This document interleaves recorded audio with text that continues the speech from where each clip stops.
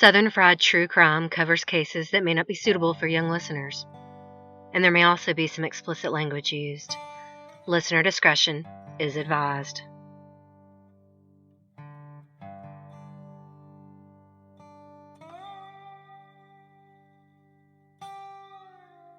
Imagine that you are told the police are looking for you, that they have warrants. You know you've done nothing wrong, and you want to do the right thing. You want to get ahead of this, avoid being put in cuffs. So you go to the police station and tell them you hear they're looking for you. You wait nervously for the detective assigned to your case. He tells you you're in big trouble, but won't say what you did. You plead with him. You want to clear your name. You even offer to take a lie detector test. The detective refuses. He tells you you better be quiet, because everything you say can be used against you in court. They still haven't even told you what you've done. Your nightmare is just beginning. Because you didn't do it. You have an alibi. There's no physical evidence tying you to the scene. It doesn't matter. You are a minority accused of a very serious crime.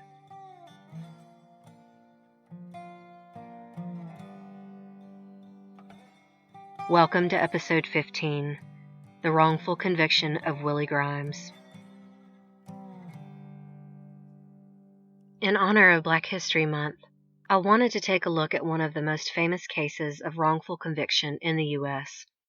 An African-American man arrested due to cross-racial identification bias, who was then convicted due to racism, misconduct, and good old-fashioned tunnel vision.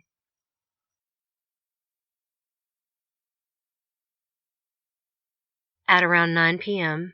on October 24, 1987, in Hickory, North Carolina, 69-year-old Carrie Elliott had just taken her blood pressure pills, laid out her church clothes for the next morning, and was getting ready for bed. She had been clipping coupons on the couch when she heard a knock at the door. The 5-foot-tall white woman weighed less than 100 pounds, and she was already nervous about the neighborhood she lived in. Little Berlin was a few small duplexes near I-40, an hour west of Charlotte. Carrie Elliott was considered too old for public housing, and she had lived there for the last 2 years and hated the place. It was even worse now that her husband had died. He had passed away less than a year ago, and without him there, she rarely left her small apartment. She hesitated to open the door. The only visitors she ever had were her son and daughter-in-law, who would have called first, and her next-door neighbor, Linda McDowell. She was so nervous she wouldn't even let Linda's husband Mason inside her apartment. But she thought maybe Linda was checking in on her, so she opened the inside door slowly, peering through the screen door. She was immediately alarmed to see a 6-foot-tall black man she didn't know standing there.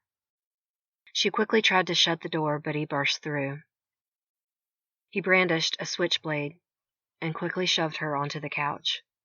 He raped her there and then drug her to the bedroom, raping her again on top of her church clothes. She didn't scream, and when it was over, she told him she needed to go to the bathroom. He got up and announced that he was hungry. He went to the kitchen, asking her what she had in the refrigerator. She walked to the kitchen and told him her neighbors would be over soon and that he should leave. He said, "Mason? I saw Mason leave. Their apartment's empty. There's no one to help you." Carrie was shocked to hear Mason's name and wondered if they were friends. He took an apple and a bunch of bananas and let the door slam on his way out without another word. Carrie was too shaken to remember the number to call for police, so she called her son and daughter-in-law, who called the police before they rushed over. The police arrived less than 20 minutes after the attack. She described her attacker as a black man, about 6 feet tall, 200 to 225 pounds, about 35 years old, dark-skinned, and with an afro. She said he was wearing a green shirt, but that he took it off during the assaults. Carrie was taken to Catawba Memorial Hospital, where she was examined, photographed, and a rape kit was done. She was released with her relatives by 1 a.m. The police searched Carrie's apartment and yard. They collected several hairs from her bed and took the fruit from the bowl in her kitchen. 2 banana peels were seen outside her back door by Detective Steve Hunt, but he didn't collect them. He did, however, go pick up an apple core from the street, but later threw it away at the police station. The next day, Sergeant Steve Bryant showed Carrie a photo lineup that included a photograph of Albert Lindsay Turner, who was known to police for committing assaults in the past in the area. Aside from having a long record, he was the right height and weight. At the time, Albert Turner did have an afro, but the police photo was old and showed him with his hair in cornrows. Carrie Elliott was unable to identify anyone. 2 days after the assault, Carrie was talking about her attack with her neighbor, Linda McDowell. Linda said she might know the identity of the rapist, but said she would only talk to the police. Carrie then called police and reported what McDowell had said. Also, for the first time, she said that her attacker had a mole or bump on the side of his face, and that she may have scratched him because she broke a fingernail. This was a detail she had not remembered at the time. What Carrie didn't know was that Linda McDowell was a police informant. Specifically, she was an informant for Sergeant Steve Bryant, one of the investigating officers who questioned Carrie the night of the attack. That same day, McDowell called the police station and asked if there was a reward in the Elliott rape case. They told her yes. Crime Stoppers was offering $1,000. She then reported that she knew a man named Willie Grimes who fit the description. She also said she had seen him around Little Berlin that evening, wearing a green shirt. She specifically said he had a mole on his face. Sergeant Steve Bryant then went back to Carrie Elliott and showed her a photo lineup that included Grimes. His photograph was in position 2, right where Albert Turner's photo had been. Carrie Elliott chose the photo of Willie Grimes, though she said she thought he had longer hair. He also didn't match her original description and stature, weighing 165 pounds and standing 6'2". Her original description had been a 6-foot-tall man weighing over 200 pounds. This did not match the tall, lean physique of Willie Grimes. Nor did Mr. Grimes have an afro, a point she had been certain of in all descriptions. He did, however, have the mole she had later remembered, but it's obvious now that Linda McDowell planted that seed in her mind. What she also did not remember was her attacker having any major scars that would be noticeable. Willie Grimes has a prominent scar on his collarbone, which she would have seen as she said her attacker took his shirt off. He is also missing the tips of 3 fingers. Carrie Elliott also did not remember this detail at the time of the attack or later in court. Fingerprints had been taken from inside the apartment and also from a banana left in the fruit bowl. These prints did not match Willie Grimes, and they were never tested against Carrie's own fingerprints.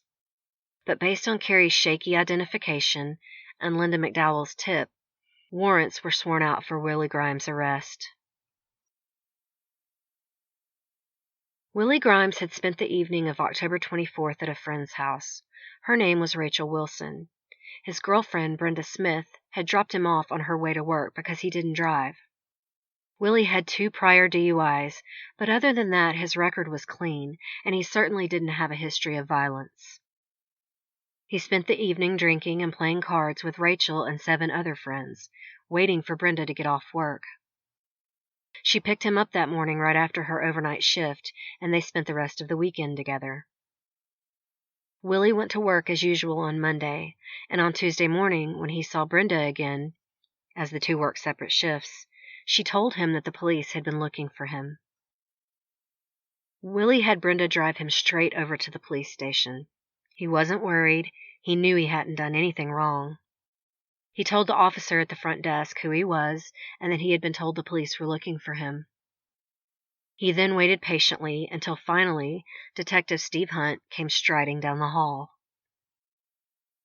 Willie asked Detective Hunt why he was looking for him, but the detective just told him that he was in big trouble. Willie insisted he had done nothing wrong. After his DUIs, which were a few years prior, he had stayed out of trouble. He chose not to drive. He swore to Detective Hunt that he hadn't done anything and would take a lie detector test to prove it. Detective Hunt told Willie to stop talking and that anything he could say would be used against him in court. He then had him booked and fingerprinted, and then Willie found out why. He was charged with 2 counts of rape and 1 count of kidnapping. He was never even formally questioned. In the meantime, Rachel and the 7 friends who were with him that night all gave sworn depositions. He had an alibi. Brenda Smith also gave a deposition insisting that after she picked Willie up, they had slept together and she had not seen any scratches or other indications he had been involved in an assault. It didn't matter. The police had their man. Even if Carrie Elliott's ID had been shaky, they still had Linda McDowell claiming to have seen him in the area. Willie Grimes knew he would never be able to raise bond, so he sat in jail, patiently waiting his day in court, keeping faith that once they were in court, there was no way the trial would be able to be continued because the victim wouldn't be able to identify him. But it wasn't that simple.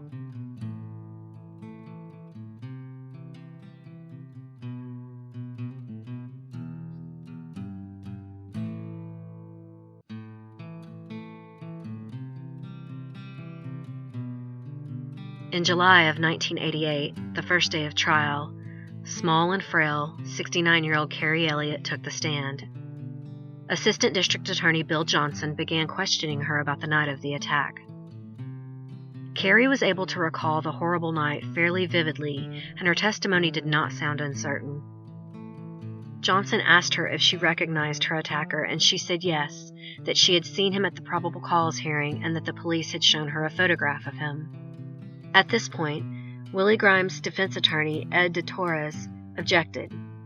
Johnson called for a sidebar and asked the judge if the jury could be removed while they considered this evidence, and the judge agreed. Without the jury in the room, the DA showed Carrie the same police photo array and asked her if she recognized it. She said no, sir. He said, "But you say you identified your attacker from here. Do you recognize any of the pictures as the one you identified?" Carrie replied, "I saw one that looked like it." He held the photograph up to the judge and said there were 6 pictures, each with a number under it. And then he asked Carrie which number photograph looked like her attacker. Instead of answering him, she said, "That looks like him over there." Johnson again asked her if any of the pictures looked like the man who attacked her, and she said that they had also been arranged in little blocks like that, meaning how the photo array had been arranged. He said, "Are you able to tell us whether any of these is the one you identified?" Carrie Elliott replied, quote, "Hard to tell any difference." Johnson, knowing that this photo identification was not helping his case, moved on. He asked her how certain she was that she identified the right man. She said that she was positive. He asked her if the man was in the courtroom, and she said yes, right down there beside the guy in the red shirt. Willie Grimes was not wearing his prison orange jumpsuit for court. He was wearing a red button-down shirt. Carrie Elliott had just identified his defense attorney, Ed DeTorres, as her attacker in open court.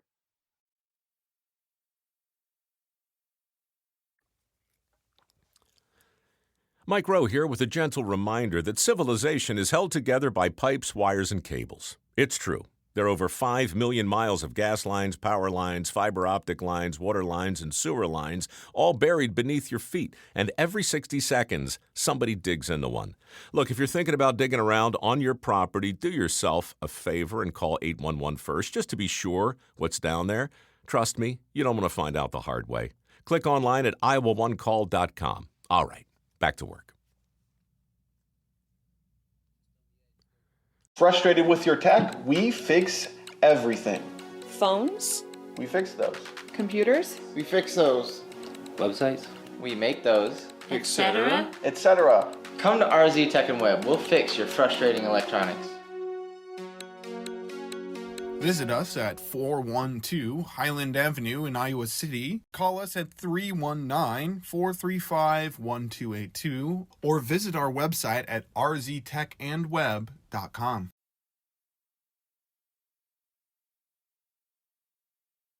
The trial of Willie Grimes lasted for 4 days. Even though his attorney was able to get the photo ID thrown out of evidence, even though Carrie Elliott picked the wrong man in court, even though he called 8 alibi witnesses and Willie's girlfriend as a character witness, and even though there was not one shred of physical evidence tying Willie Grimes to the scene, he was convicted, and he was sentenced to life in prison, plus 9 years for the kidnapping charge. Though many factors could be pointed to in the trial that allowed this to happen, perhaps the most egregious is the expert testimony of the North Carolina State Bureau of Investigation Crime Lab technician, Special Agent Troy Hamlin.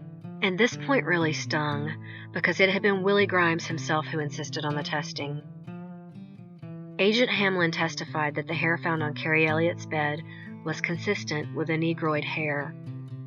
The term negroid is still sometimes used in forensic science and in medical context, though many scholars have recommended that the term be avoided in scientific writings because of its association with scientific racism.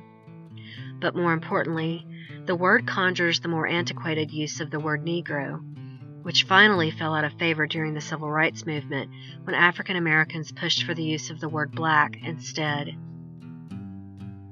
It would likely be more inflammatory if used in trial today, but there's no denying the power of the word in the late 1980s. In a later investigation that we'll get to in just a minute, it was found that Agent Hamlin had originally only said that the hair was consistent with a negroid hair. After being pushed by Detective Steve Hunt, he wrote in his report that the hair could be consistent with the hair of Willie Grimes. We talked a little bit about junk science in my previous episode in relation to fibers. But hair evidence has largely been even more discredited than fiber because it's typically determined visually. Unless the root is attached for a DNA comparison, it's only the word of the technician of whether or not it is a match. At least fibers can be tested for their chemical makeup. And speaking of DNA, why was the rape kit not tested against Willie Grimes' DNA? DNA was first introduced to American courts in 1987. In 1988, during Willie's trial, it was still not commonly used, as the science was considered to be in its infancy. It wouldn't be until the 1995 trial of O.J. Simpson that the average American would grow used to hearing about DNA testimony. I would also like to remind you about the North Carolina lab scandal.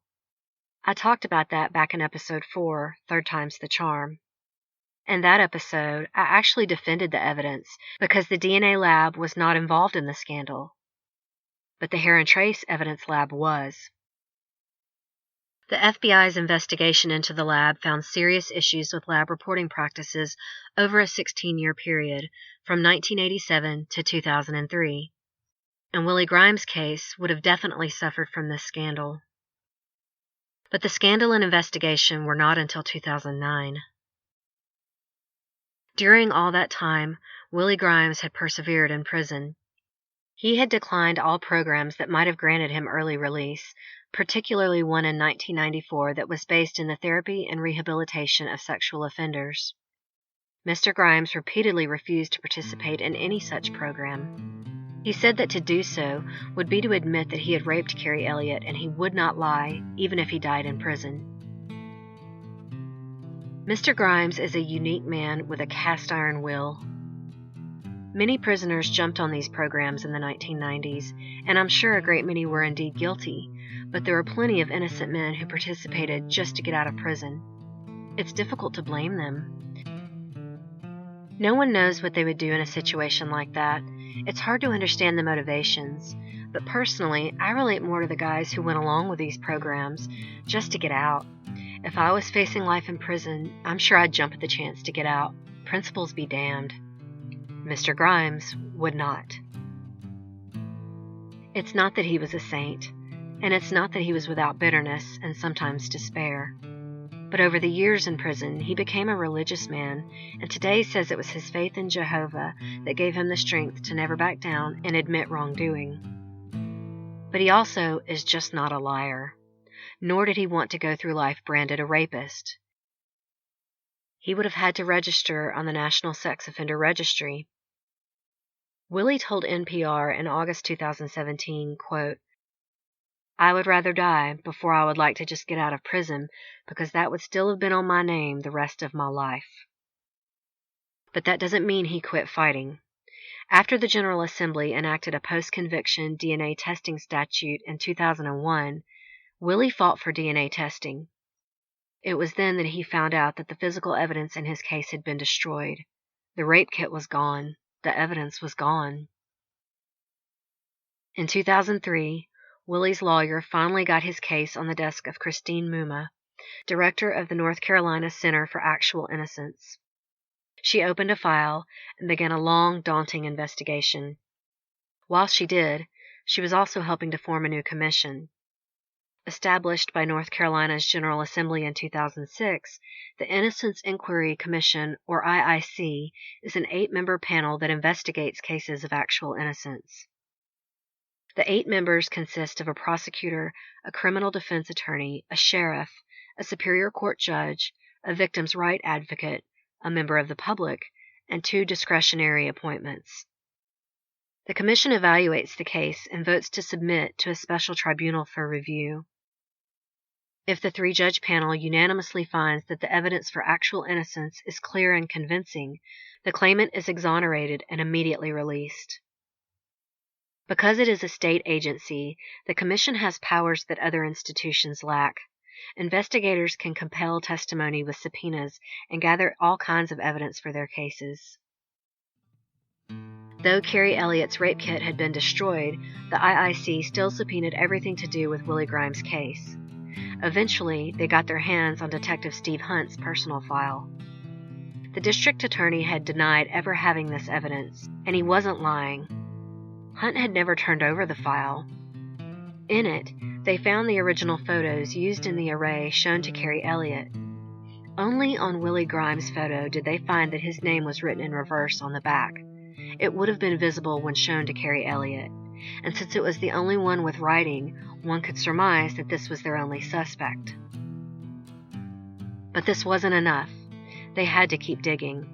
Chris Muma and now Kendra Montgomery of the IIC worked tirelessly. Finally, after a phone call with a clerk in Hickory, they caught a break. The clerk found the original fingerprint card from the fruit the attacker had touched. The prints did not match Willie Grimes, but they were finally put into AFIS, the Automated Fingerprint Identification System. This time, they hit a match to one Albert Lindsay Turner, the original suspect. Albert Turner had been charged with assault on women 23 times over the years. He had served many years in jail, and he had indeed assaulted many women after Carrie Elliott's rape. Though there was no DNA to be tested against in Grimes' case, his DNA was entered into the North Carolina database and was connected to the sexual assault of a 12-year-old girl from back in 1973. But why was Albert Turner dropped as a suspect in the first place? The police originally liked him for this crime. He had a record, fit the description, and was in the original photo lineup, albeit with an older and misleading photo that Carrie Elliott couldn't identify. Could it be because Albert had a brother on the police force? That's right, his brother, Robert Turner, was an officer with the Hickory Police Department when the rape occurred. He also happened to be close friends with Detective Steve Hunt. Guess who else knew Albert Turner? That would be Linda McDowell. Remember when Carrie Elliott said that her attacker mentioned the name Mason, Linda's husband? That was not a coincidence. Albert Turner had actually been to the McDowell home on October 24, 1987, during the day. He was friends with the McDowells. It isn't explicitly said in any testimony given to the IIC, but it's possible she was not only intent on collecting reward money, but was shifting the blame away from her friend. Steve Hunt denied that his relationship to Robert Turner had anything to do with Willie Grimes' arrest. Given the fact that he held on to evidence and refused to question Grimes, it would look deliberate. But before he even knew about Willie Grimes, he had walked away from the damned banana peels at the crime scene. It could be he was just lazy and messy. And he had Sergeant Steve Bryant on his side, who was inclined to believe Linda McDowell as she was his informant. It could merely be a case of tunnel vision. Once they got a name, they forgot any other suspects and just wanted this case to be wrapped up. Considering how much the police rushed to close this case, it's somewhat fitting that on October 4th of 2012, the three-judge panel of the IIC took less than 30 minutes to decide that Willie Grimes was innocent after he had served more than 24 years in prison. Judge David Lee read the panel decision, dismissing all charges, and ordered that Willie Grimes' name to be removed immediately from the sex offender registry. Then Lee paraphrased the Reverend Martin Luther King's famous 1963 speech and said, free at last, thank God Almighty, thank Jehovah, Willie Grimes is free at last." The current district attorney made no objection. Christina Muma, who had been fighting for Willie since 2003, was finally able to walk her client out as a free man. Racism has been pervasive in the United States criminal justice system throughout history. During the Jim Crow era, African Americans were legally barred from voter rolls in several southern states and were therefore barred from serving on juries. The jury in Willie Grimes' case was made up of 11 white jurors and only 1 African American. African Americans are only 13% of the American population, but represent the majority of innocent defendants wrongly convicted of crimes and later exonerated. They constitute 47% of the 1,900 exonerations listed in the National Registry of Exonerations as of October 2016. In the study, Race and Wrongful Convictions by the National Registry of Exonerations, of those exonerated for sexual assault, Black exonerees were sentenced to life in prison 28% of the time, while it was 17% for white exonerees. The average minimum term for African Americans was 29 years, and it was 19 years for whites. The same study pointed out that in the year 2000, 88% of sexual assault convictions in state courts were based on guilty pleas, and yet 96% of rape exonerees went to trial, meaning those that were innocent rarely plead guilty. They want their day in court. They try to believe in the justice system. The study also noted that, quote, Black sexual assault defendants who insisted on their innocence and refused to plead guilty were punished more harshly for doing so than innocent white defendants who followed the same course. Black defendants on average received a term of 32 years to life, while their white counterparts averaged only 19 years. A Black prisoner serving time for sexual assault is 3.5 times more likely to be innocent than a white sexual assault convict. The major cause for this disparity is the danger of mistaken eyewitness identification by white victims in violent crimes with Black assailants. Assaults on white women by African American men are a small minority of all sexual assaults in the United States, but the study showed that they represent at least half of all misidentifications by eyewitnesses that led to exoneration. If you remember from her testimony, the elderly Carrie Elliott admitted that the pictures looked the same to her. She even pointed to Ed DeTorres, Willie Grimes' lawyer, in open court when asked to identify her attacker. This was not deliberate, and it was not malicious. Willie Grimes and his attorney both point out that the poor woman had suffered a brutal attack, and it was understandable that she would be confused. DeTorres tread lightly when cross-examining her on the stand because she did break down crying, finally saying, "If you had been through what I had been through." At which point, DeTorres dropped this line of questioning altogether. The motives of the police in this case are highly suspect, though it would seem that the two most innocent people were the victim and the defendant. Perhaps if Carrie Elliott had lived longer, she may have been more help in Willie's appeals in later years, especially once Albert Turner was connected to the case again. But she passed away in the winter of 1989, just a year after Willie was convicted. Albert Lindsay Turner was arrested on September 24, 2012, not for the rape of Carrie Elliott, but for the rape of the 12-year-old girl from 1973, in which they had a DNA match. He died in 2016 before he could be brought to trial for the rape of Carrie Elliott.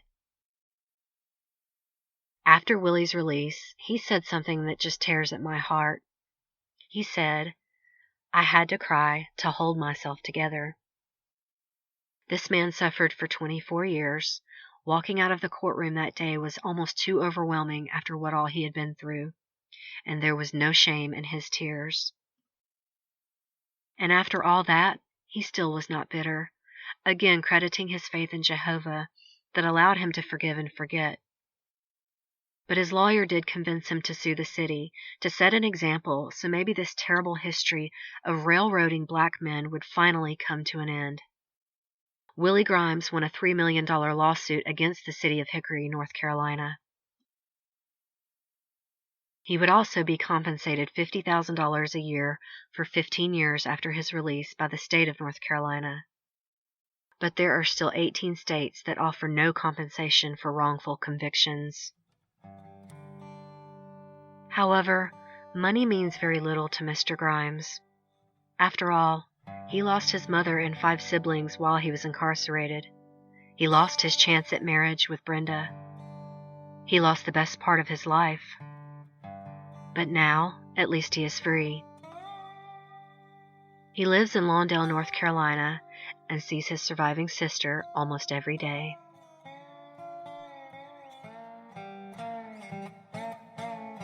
Southern Fried True Crime is written and produced by me, Erica Kelley. The original graphic art is by Coley Horner, and Southern Fried's original music is by Rob Harrison of Gamma Radio. As always, if you enjoyed the show, tell a friend or rate and review on iTunes. I'm also on Stitcher and many other apps. If you're interested in supporting the show, come check out my Patreon page or my website, southernfriedtruecrime.com. I also have a merchandise store open at whatamaneuver.net. If you have any comments, questions, or suggestions, you can email me at southernfriedtruecrime@gmail.com. I love hearing from you guys, and I'm always looking for new cases, so please feel free to reach out. I'm also all over social media. Just search the show name in your favorite platform if you'd like to connect with me there. If you're interested in discussing the Willie Grimes case or any other episodes further, come check out my discussion group. It is linked to my main Facebook page. I would love to hear your thoughts. Until next time, thanks so much for listening.